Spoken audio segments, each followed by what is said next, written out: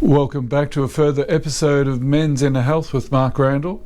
In this conversation, I want to come back to, you'll get used to this if you're going to tune into this channel, more work and exploration, curious inquiry about the emotional side of life.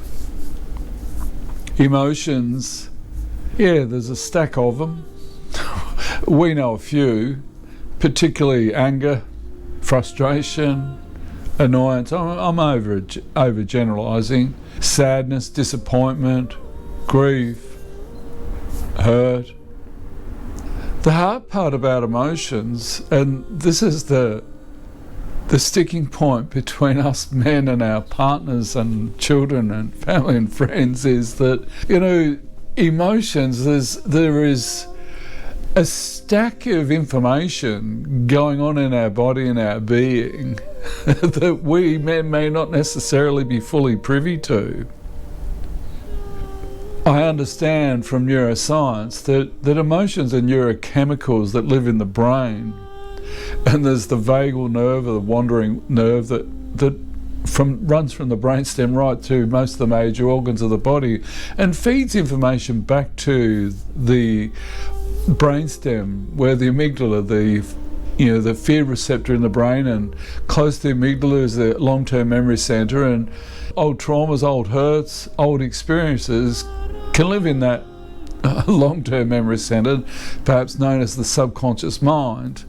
And the nervous system can be switched on when that's rocking, and the emotions are an early indicator. They're the early warning signs. And sometimes I wonder whether the emotional essence it goes that deep, that it could be like at a cellular level within our being.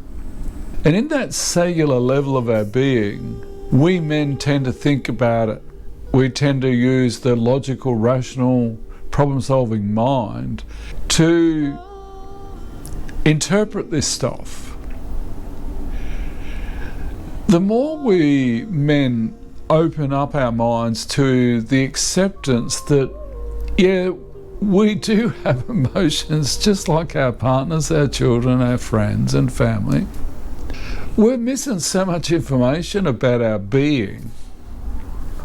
And it's like there's a part of ourselves that we pretend it doesn't exist, but guess what? It does exist. It's truly operating within. And when in positive psychology, on social media now, there's a lot more talk about insight and awareness, opening our hearts up, opening our minds to the deeper layers within ourselves.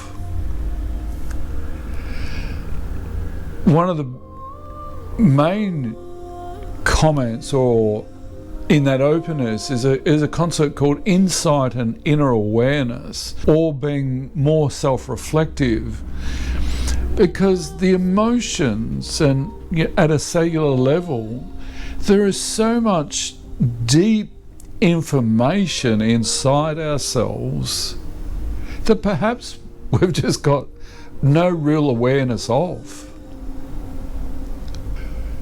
Maybe it's that material that, when it's getting triggered, particularly in intimate relationships, we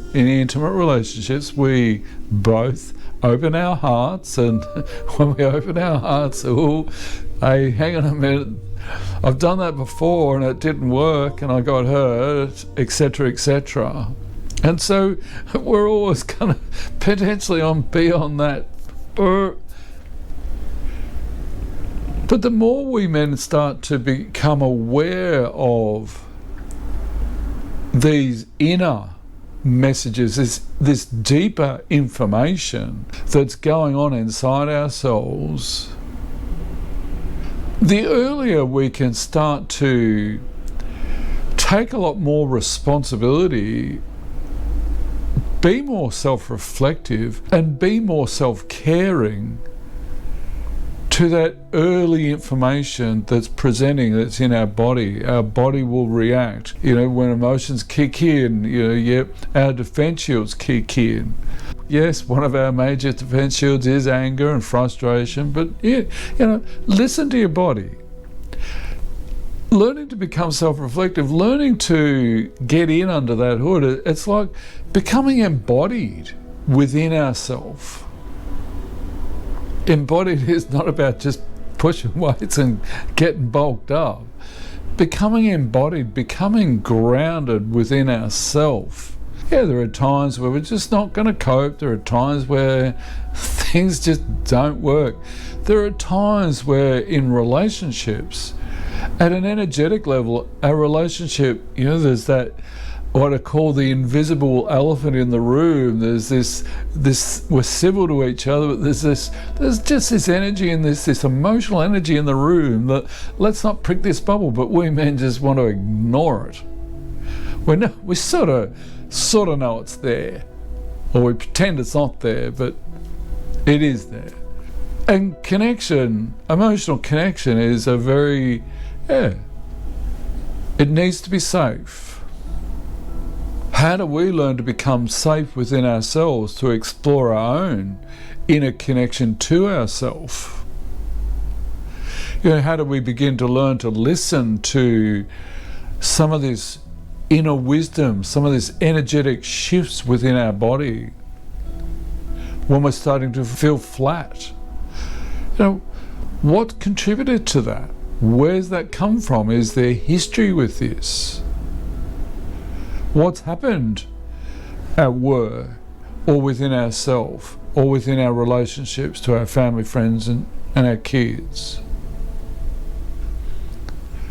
These can be real subtle nuances, this energy, this emotional stuff.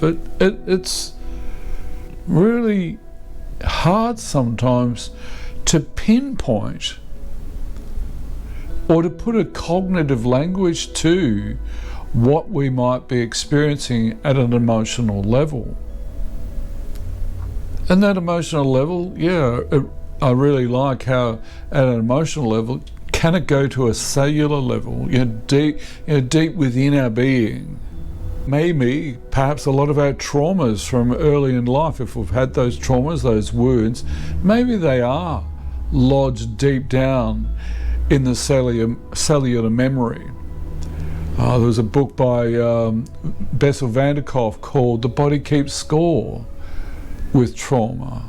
Are we men missing so much information about ourselves by refusing to acknowledge our emotional being, our emotional self, our vulnerable self, whatever the self we want to call it? Are we deliberately disowning it, pushing it into the shadow? Who knows? Perhaps we are. It will present itself out of the shadow. When it's presenting itself out of the shadow, the body's going to react. Our defense shields will come on, and if you notice with anxiety, the subtle stages, the early subtle stages of anxiety, that early stages of anxiety, how do we get the intuitive felt sense of that? What is your physiological reactions to that? How do you notice those things? The more we learn more about our emotional selves, the deeper emotions, we're going to learn so much more about ourselves. Be gentle and enjoy.